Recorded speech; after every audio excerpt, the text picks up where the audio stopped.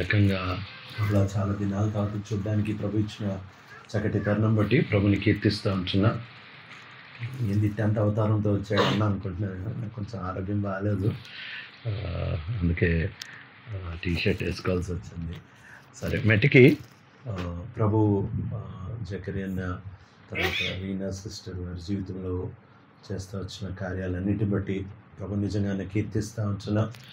ఒక్కొక్కరి జీవితాల్లో ప్రభు జరిగిస్తున్న కార్యాలు, నిదానంగా వారిని మలుస్తున్న విధానము చాలా ఆశ్చర్యం. ప్రభు ఏ ఇద్దరితో ఒకేలాగా పనిచేయడు. బైబిల్ అంతా మీరు చదవండి, ఏ ఇద్దరితో ఒకే రకంగా మాట్లాడినట్టు మీకు ఎక్కడ దొరకదు. అందరితో డిఫరెంట్గానే డీల్ చేస్తాడు. ఒక ఆయన ఓడలో ప్రయాణం చేస్తాడు, బీదర్ ఆయనే ఓడలో ప్రయాణం చేస్తూ ఉంటాడు. ఎక్కువ ఆయన చాలా సంవత్సరాలు ఓడలోనే బతికాడు. ఆయన రోజు కలిసినప్పుడు నేను ఆ పిల్లోడిని అడిగా, నేను ప్రయాణాలు చేస్తుంటాను కానీ ఓడలో చేయను, బస్సు, ట్రైను, ఫ్లైట్ ఇట్లాంటి వాటిలో చేస్తుంటాను.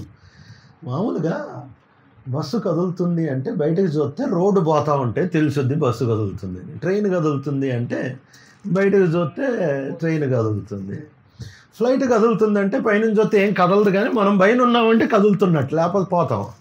సో దాన్ని బట్టి తెలుసుద్ది. నేను ఆయన అడిగాను, అరే ఓడ కదులుతుంది ఎలా తెలుసుద్ది? ఎడ చూసిన నీళ్ళే, ఎప్పుడు నీళ్ళే కదా. అలలు కొంచెం దూరమే, ఒక 1/2 కిలోమీటర్. ఆ తర్వాత అల్లు ఉండవు, మొత్తం నీళ్ళే, ఎట తెలుసుద్రా అన్న. అప్పుడు అన్నాడు, అన్న పడుకునేవాడు ప్రతి అరగంటకు ఒకసారన్నా కింద పడతాడు. అంటే కింద పడతాడంటే ఇప్పుడు కొంచెం టెక్నాలజీ అవి పడకుండా కొంచెం ఏర్పాట్లు చేసుకున్నారు, కానీ పడేలాంటి పరిస్థితులు వస్తాయని అప్పుడే తెలుస్తుంది. ఓడ ఎక్కడ ఎవడు కదలట్లేదు, అంత నిమ్మలంగా ఉంది అంటే ఓడ కట్టేశాడు, ఓడ కదలట్లేదని అర్థం.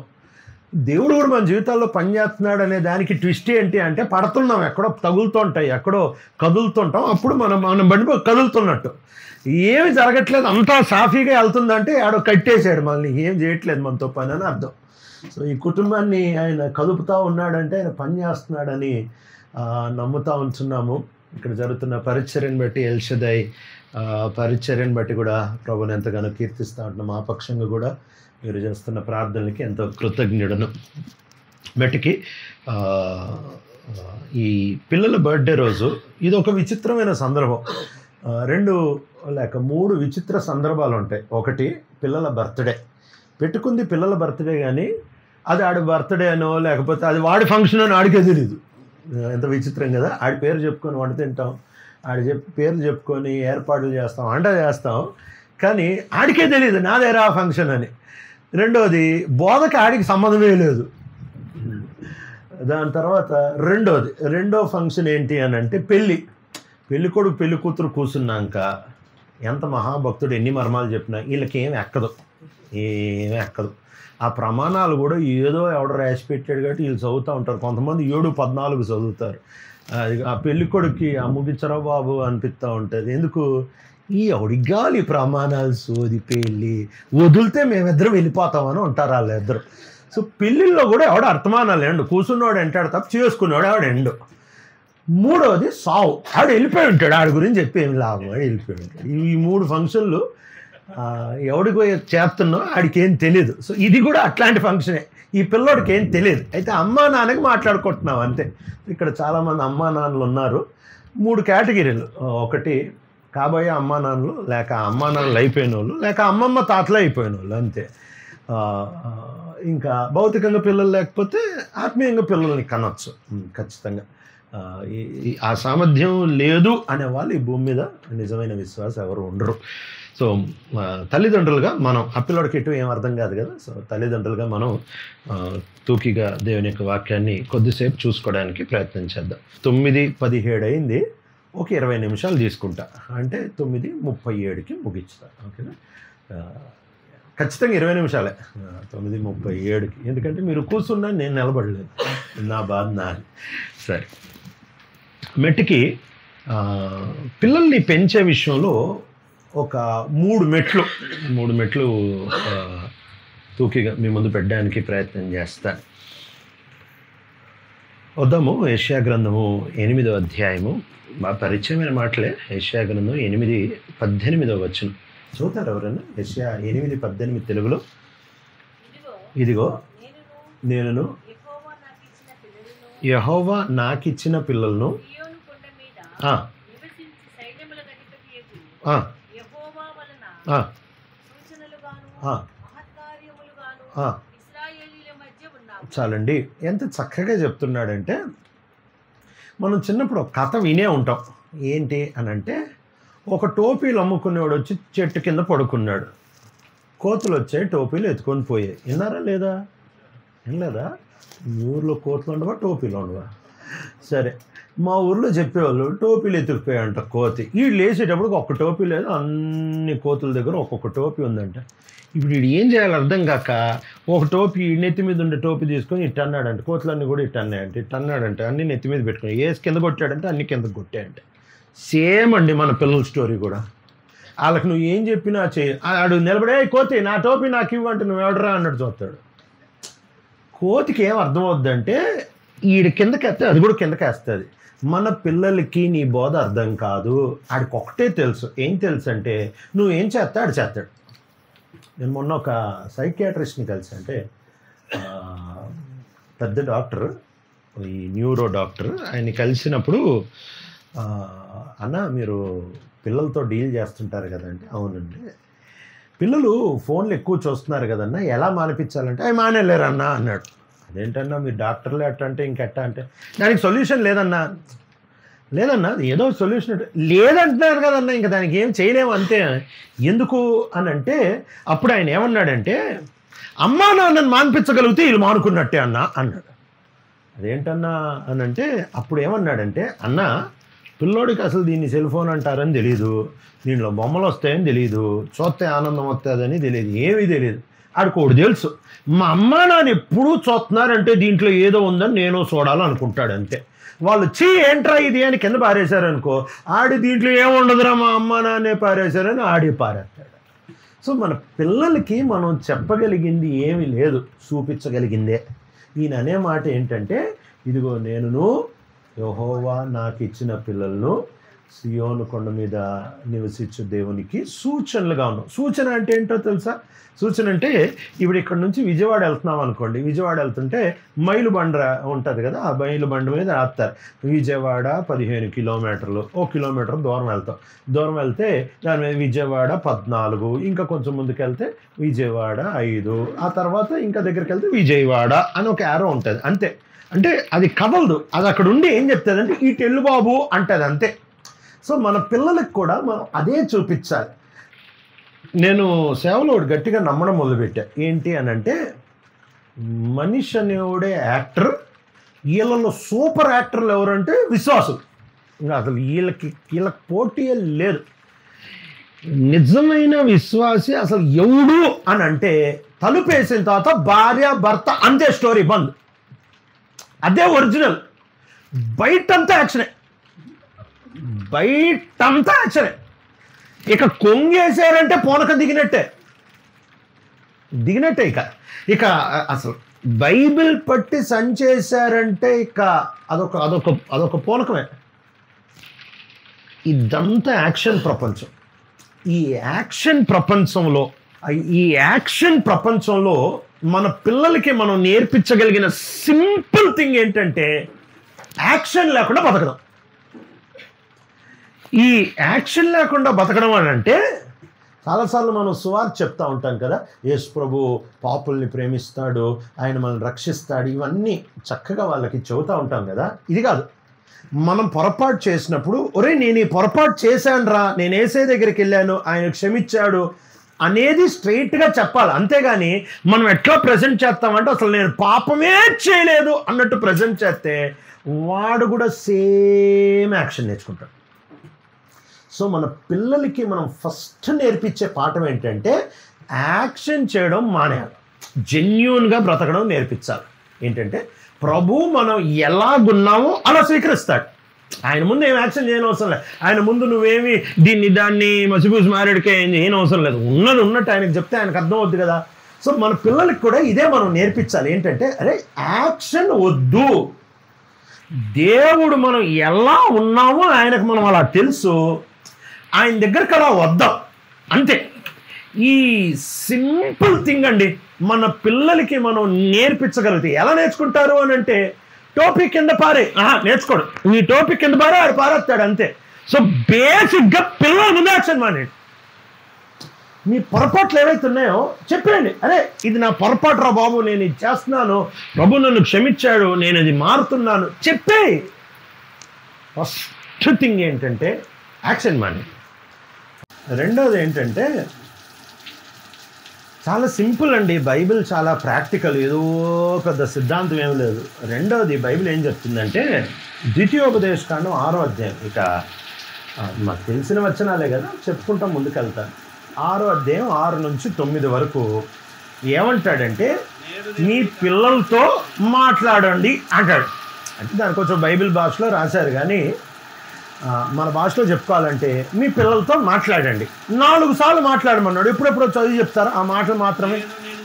అయ్యో 4 సార్లు మాట్లాడమన్నాడు, ఆ 4 ఏంటో చెప్పండి అంతే.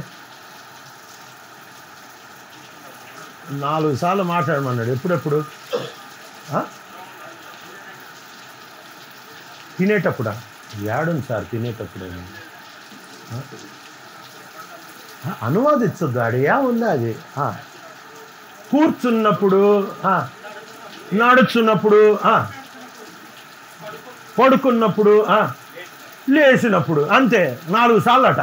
ఒకటి లేచినప్పుడు, లేచేది ఎప్పుడు లేస్తారు? పొద్దున్నే లేస్తారు. పడుకునేటప్పుడు ఎప్పుడు పడుకుంటారు? రాత్రి పడుకుంటారు. కూర్చున్నప్పుడు కలిసి ఎప్పుడు కూర్చుంటారు? భోజనానికి. అబ్బా మీరు వెరీ గుడ్ అండి. నడిచేటప్పుడు ఎప్పుడు నడుస్తారు? పొద్దుగానే స్కూల్కి దించుతాం కదా, కలిసి నడిచేది అమ్మా నాన్నలు అప్పుడే. ఈ 4 సీజన్లో ఏం చేయబట్టినాడు తెలుసా? పిల్లలతో మాట్లాడమంటున్నాడు. అబ్బా ఎంత బాగుంది కదండి బైబిల్, అంతే. రెండోది ఏంటంటే పిల్లలతో టైం స్పెండ్ చేసి మాట్లాడాలి, అంతే. ఫ్యామిలీ అంటే ప్రెషర్ కుక్కర్ అండి, ఫ్యామిలీ అంటే ప్రెషర్ కుక్కర్. ఇప్పుడు మీరు ఏదో పెట్టి ఉడికిస్తున్నారు, ఉడికిచ్చేటప్పుడు దాంట్లో ప్రెషర్ ఎక్కువైపోయింది. ప్రెషర్ ఎక్కువైపోయినప్పుడు ఏమవుద్ది? ఆ విజిల్ కాస్త పైకి లేసుద్ది, అది సౌండ్ చేస్తుంది, స్టీమ్ ఎగిరిపోద్ది, లోపలిది ఉడికిపోద్ది. ఒకసారి ఆలోచించండి, మీరు ప్రెషర్ కుక్కర్లో ఏదో పెట్టారు, పైకి వెయిట్ లేవట్లేదు, లోపల ప్రెషర్ పెరిగిపోతుంది, ఏమవుద్ది? పెరిగిపోద్ది, పేలిపోద్ది. Very good. ఫ్యామిలీ అంటే ఇంతే, ప్రెషర్ కుక్కర్. రోజు కూర్చొని మాట్లాడితే ఏ రోజు ప్రెషర్ ఆ రోజు ఎగిరిపోద్ది, ఏ లోపల ఉంది ఉడుకుద్ది, పగిలిపోదు. కూర్చున్నప్పుడు, లేచినప్పుడు, పడుకున్నప్పుడు, నడిచేటప్పుడు, ఎంత ఈజీ కదండి. పడుకున్నప్పుడు, లేచినప్పుడు, కూర్చున్నప్పుడు, నడిచినప్పుడు మాట్లాడండి. కొంతమంది మహాభక్తులు ఉంటారు, దేవుడితోనే మాట్లాడతారు కానీ ఇంట్లో వాళ్ళతో మాట్లాడరు. సిలువేసాలి ఇట్ అంటారు, డైరెక్ట్ సిలువేసాలి. ఎందుకు? అటు వెళ్ళిపోతా బెట్టుగా ఇయ్యడానికి. మళ్ళీ బేసిక్గా ఫ్యామిలీతో మాట్లాడాలండి, అంతే. ఈ సింపుల్ టెక్నిక్ నేను గత 2012 అంటే ఇప్పటికి ఎన్ని సంవత్సరాలు? 13 సంవత్సరాలు కదా. గత 13 సంవత్సరాలు ఏ రోజు ప్రెషర్ కుక్కర్ ఆ రోజు మా దగ్గర విజిల్ సీటీ అంటాం, ఏ రోజు సీటీ ఆ రోజు తెస్తే ప్రెషర్ కుక్కర్లో ఈ రోజుకి ఏం మాడలే. ఎందుకు అంటే ఏ రోజు ఆ రోజు తెస్తే అయిపోయాక ప్రెషర్ కుక్కర్ ఎందుకు పోలుద్ది? రోజు టైం తీసుకొని మాట్లాడతా, దానికి కనీసం 4 సార్లు మాట్లాడతా. లేవంగానే మాట్లాడతా, పడుకుంటప్పుడు మాట్లాడతా, వెళ్ళేటప్పుడు మాట్లాడతా, కూర్చున్నప్పుడు మాట్లాడతా.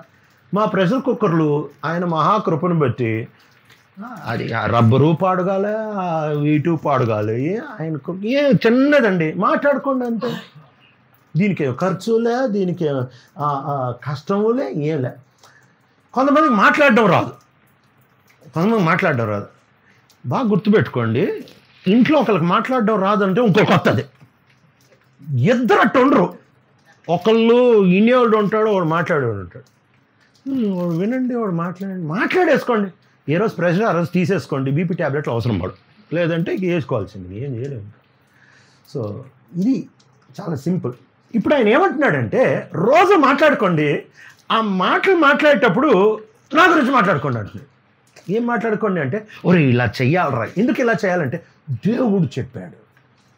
ఫస్ట్ థింగ్, మన పిల్లలకి యాక్షన్ చేయొద్దు. తప్పు చేసావా, నాది పొరపాటు. ఓ రోజు ఒక నాన్నగారు ఇంటికి వచ్చారంట. ఇంటికి వస్తే ప్రోగ్రెస్ రిపోర్ట్ ఆడ టేబుల్ మీద ఉందంట. తీసుకున్నాడంటే ఇంకా పిల్లోని తిడుతున్నాడంట, మామూలుగా తిట్టట్లేదు. బుద్ధి లేదురా, మా కాలంలో మేము ఎలా చదివామని తెలుసా, నువ్వున్నావు ఇంత ఫీజులు కడుతున్నాను అని వాడిని పిలిచి తిడతా ఉంటే వాళ్ళ ఆవిడ వెనక నుంచి వచ్చి, నువ్వే చెడగొట్టింది అని ఇంకా రేంజ్లో తిడుతుంటే ఇక ఆమె ఉండబట్టుకోలేక, అది నీదే, ఈరోజు ఇల్లు దొరికింది, నీదే ఇల్లు దొరికింది. మన ప్రోగ్రెస్ రిపోర్ట్లు దాచిపెట్టి ఆడి ప్రోగ్రెస్ రిపోర్ట్ మీద ఎగురితే అంతకంటే స్టోరీ ఇంకోటి, నీ దొరికితే ఇట్టిపోదు స్టోరీ. చెప్పుకోరాదు అని నా ప్రోగ్రెస్ రిపోర్ట్లో బాగాలేదురా, కానీ దేవుడు ఏదో కృప చూపించాడు, నడిపించాడు, నీ కథ అట్టగా. యాక్షన్లు వద్దండి, యాక్షన్తో కుటుంబాలు పాడైపోతాయి. నటించకూడదు. ఒకవేళ నటించే ఏరియా అసలు నటనే ఉండకూడదు, కానీ ఇంట్లో అసలు ఉండకూడదు. ఇంట్లో కూడా నువ్వు యాక్షన్ చేస్తే మీకు పర్మనెంట్ సీట్ రిజర్వ్ అయిపోయింది, ఇంకెవడు ఏం చేయలేడు. ఎక్కడ అనుకుంటారు? యాక్టర్లు, నాటకాలు చేసే వాళ్ళందరికీ మంచిగా అగ్నిగుండం సెంటర్లో ఉంటారు కదా, వాళ్ళకి సీట్ రిజర్వ్ అయి ఉంటుంది. ఇంట్లో యాక్షన్ అసలు చేయదు. నువ్వు ఇంట్లో యాక్షన్ చేసావా ఖచ్చితంగా స్టోరీ పాడైపోతుంది. రెండోది, మాట్లాడు, టైం తీసుకొని మాట్లాడు. కొంతమంది ఉంటారు ప్రపంచం అంతటికి గాంధీ, ఇంట్లోనే హిట్లరు. ఇట్లాంటి వాళ్ళు బీదర్లో బొల్లే ఉంటారు. అబ్బా, వీళ్ళు సాంఘిక సేవ చేస్తారు. ఇంటి పక్క వాళ్ళకి పెరుగు అయిపోయినా ఈడే తెస్తాడు, ఇంటి పక్క వాళ్ళకి పప్పు అయిపోయినా ఈడే తెస్తాడు, ఇంటి పక్క వాళ్ళకి యాక్సిడెంట్ అయినా ఈడే హాస్పిటల్, ఇంట్లో వాళ్ళకి వేడు. వీళ్ళు ఏమన్నాళ్ళు అసలు? సో బేసిక్గా ఇంట్లో వాళ్ళతో మాట్లాడండి, సగం గొడవ వదిలిపోదు. మూడోది మన పిల్లలు బయటికి వెళ్ళి కొన్ని విషయాలు నేర్చుకుంటారు. ఏం నేర్చుకుంటారు అని అంటే, అరే డబ్బులు చాలా ఇంపార్టెంట్ రా అని నేర్చుకుంటారు. మీరు ఎక్కడికైనా వెళ్ళండి బయట ప్రపంచానికి, బయట ఎక్కడికి వెళ్ళినా వాళ్ళు విలువ ఇచ్చేది ఒకే ఒక దానికి. నిన్న ట్రైన్ ఎక్కినప్పుడు బెల్లు కొడితే ఆయన వచ్చి, సార్ ఏం కావాలి సార్, ఏం కావాలా అంటే, ఏసీ పని చేయట్లేదు, ఇప్పుడే ఆన్ చేసేస్తాను సార్. సార్ ఇంకేమన్నా కావాలా సార్, కొత్త దుప్పట్లు ఇవ్వమంటారా? ఎందుకురా ఇంత అంటే, డబ్బులు పెట్టి టికెట్ కొన్నాం అంతేగా. అదే జనరల్ అనుకో, ఇట్రా అంటే పోవయ్యా పో. డబ్బులకి ప్రపంచం విలువిస్తుంది. మనం మన పిల్లలకి ఏం నేర్పించాలంటే, డబ్బులు కాదురా ఇంపార్టెంట్, దేవుడు మనతో ఎప్పుడు వస్తాడు, ఇదే దేవుడే ఇంపార్టెంట్. డబ్బులు కాదు, మన లైఫ్ డబ్బు బట్టి నడవదురా, డబ్బు బట్టి ఆనందపడద్దు, డబ్బు మీద భరోసా పెట్టద్దు, డబ్బు లేకపోతే టెన్షన్ పడద్దు, దేవుడు లేకపోతే టెన్షన్ పడు. ఇవి మన పిల్లలకి నేర్పించగలిగితే చాలు, ఇంకంతే, ఇంకేం అవసరం లేదు. అపోజిట్ పౌలు అంత సూపర్ సేవ చేయడానికి ఒక కారణం ఏంటో తెలుసా? ఒక సీక్రెట్ నేర్చుకున్నాడంట. ఏం సీక్రెట్ చదువుదామా? ఆ మాట చదువుకొని ముగించుకుందాం. ఫిలిప్పీలకు రాసిన పత్రిక 4వ అధ్యాయం. ఫిలిప్పీలకు రాసిన పత్రిక 4వ అధ్యాయము 12-13 వచనాలు చదువుతారా?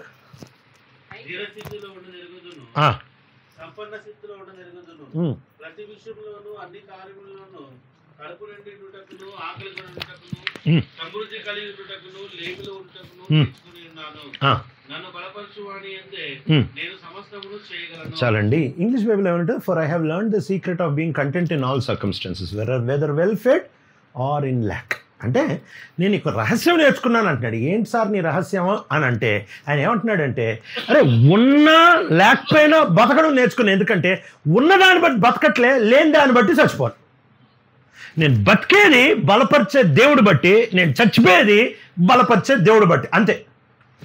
ఇది గనక మన పిల్లలకి ఫస్ట్ నుంచి గనక నేర్పించామనుకోండి, అబ్బా లెగసీ అంటారు కదా, అంటే వంశావళిని అద్భుతంగా కొనసాగించుకోవచ్చు. ఏంటి అని అంటే, అరే వీళ్ళు డబ్బు మీద ఆధారపడని ఫ్యామిలీరా, వీళ్ళకు ఉన్నా అలానే ఉంటారు, లేకపోయినా అలానే ఉంటారు. ఈ మాట ఒకరోజు ఒక అన్న ఫ్యామిలీని నేను చూసి, అప్పుడు నేను స్టూడెంట్ని, ఏదో వాళ్ళకున్న కాడికి బతికే వాళ్ళు, ఒకరోజు ప్రభు వాళ్ళని భలే ఆశీర్వదించాడు. భలే ఆశీర్వదించాడు.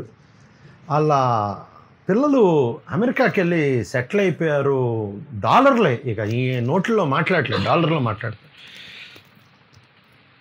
వాళ్ళ ఇంటికి వెళ్ళినప్పుడు అట్లానే ఉన్నారు. ఏందన్నా అని అంటే, మనకి దానికి ఏం సంబంధం అన్నా, వస్తుంది, పిల్లలు పోయారు అంతే, సెటిల్ అయ్యారు.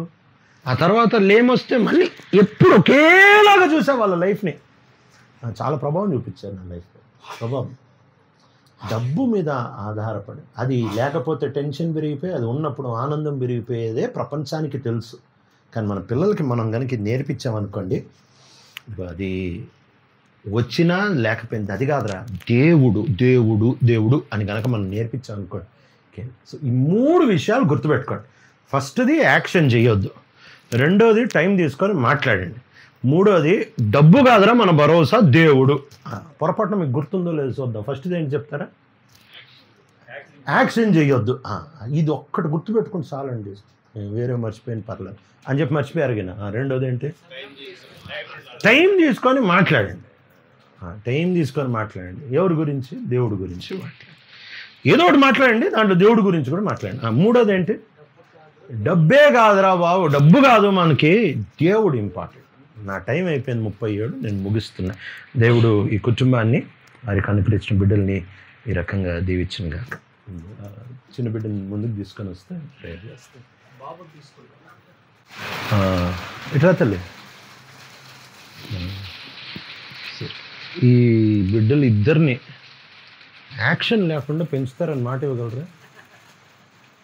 చెప్పరే, నవ్వుతారేంటి? చక్కగా నవ్వుతున్నారు కదా వీళ్ళిద్దరు. అయ్యో మాట్లాడరా, ఇటే అంటున్నారు వీళ్ళు. తెలుగు మర్చిపోయారేంటి ఈరోజు? యాక్షన్ మానేసుకోవాలండి. రెండోది, రోజు ప్రెషర్ కుక్కర్ విజిల్ తీసేస్తారా? రోజు ఏ రోజు ఆ రోజు తీసేయండి. ఇద్దరు టైం తీసుకొని పిల్లలతో మాట్లాడండి. ఇప్పుడు ఈ ట్రెండ్ అయిపోయింది ఏంటంటే, ఆడికి ఒకటి ఇచ్చా అంటే ఆడు చూస్తూ ఉంటాడు, నోరు తిరుగుతూ ఉంటాడు, పోతూ ఉంటుంది, కడుపులో బోద్ద ఎట్టుకోవాలి. టైం తీసుకొని తిరుగుతారు. మూడోది, డబ్బు విషయంలో ఎక్కడ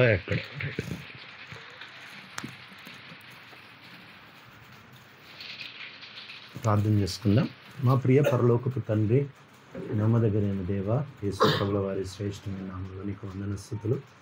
దాసు జకరేనని బట్టి, దాసు వీణా సిస్టర్ని బట్టి నీకు వందనాలు.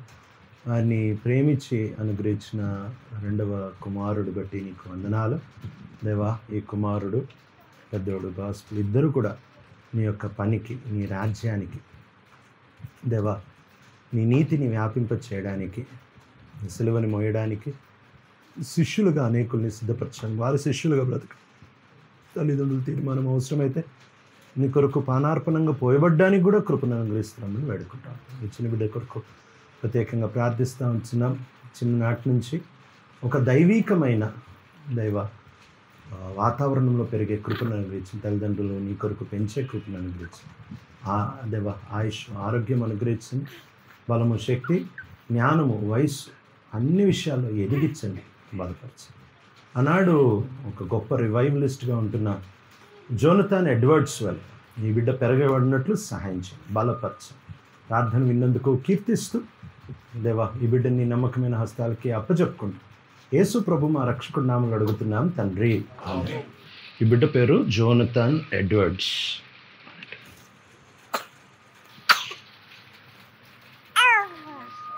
మరి ఇదే సందర్భంగా మా పెద్దబాబుకి గాస్పుల్ మిడ్ఫీల్డ్కి అక్షరాభ్యాసం చేస్తాం.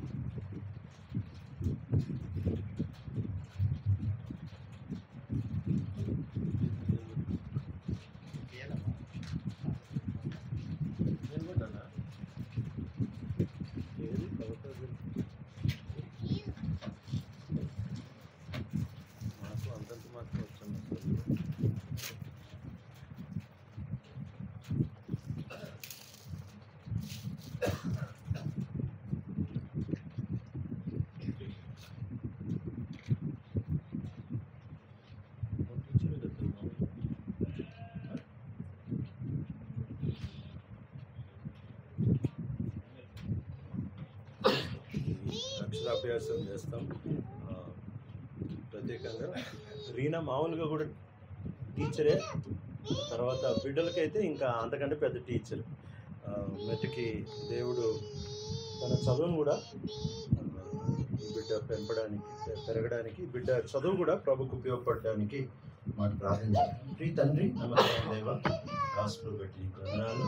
ఈ బిడ్డ దేవ తన చదువు, తన విద్య కూడా నీ మహిమ కోసం, నీ రాజ్యం కోసం, అను నీ కోసం బ్రతికేయడానికి సాధించి యేసు ప్రభు నామములో అడుగుతున్నాం తండ్రి.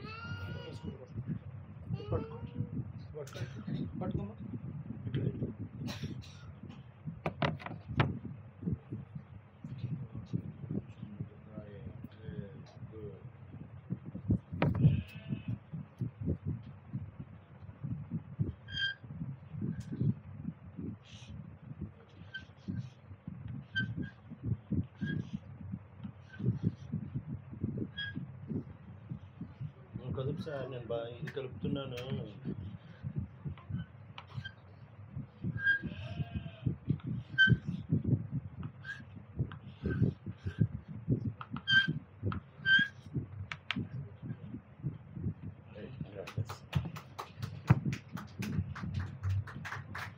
Jesus is my lord.